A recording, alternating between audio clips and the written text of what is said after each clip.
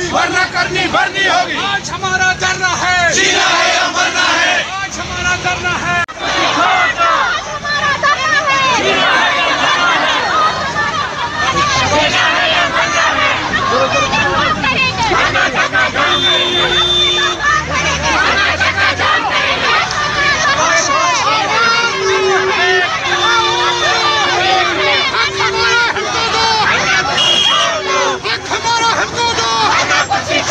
Regularisation जो है phase manner में की जाएगी और पहले फेज में 1100 एम्प्लॉइज़ को लिया जाएगा और इन द मेन टाइम जो बाकी एम्प्लॉइज़ बचते हैं उनके लिए सोशल सिक्योरिटी बेनिफिट्स और इक्वल पे और इक्वल पे दिया जाएगा। मगर आज तक वो वादे पूरे नहीं हुए। हमारी फाइल कोल्ड स्टोरेज में कहाँ पड़ी है हमें पता नहीं, इसलिए फिर से इस साल हमको सड़कों पे आना पड़ा उन्हीं मांगों को लेके कि हमारे जो एम्प्लॉइज़ की रेगुलराइजेशन की जाए वन और इंटरिम मेजर्स जो बाकी एम्प्लॉइज़ के लिए रह गए equal work for equal pay और सोशल सिक्योरिटी।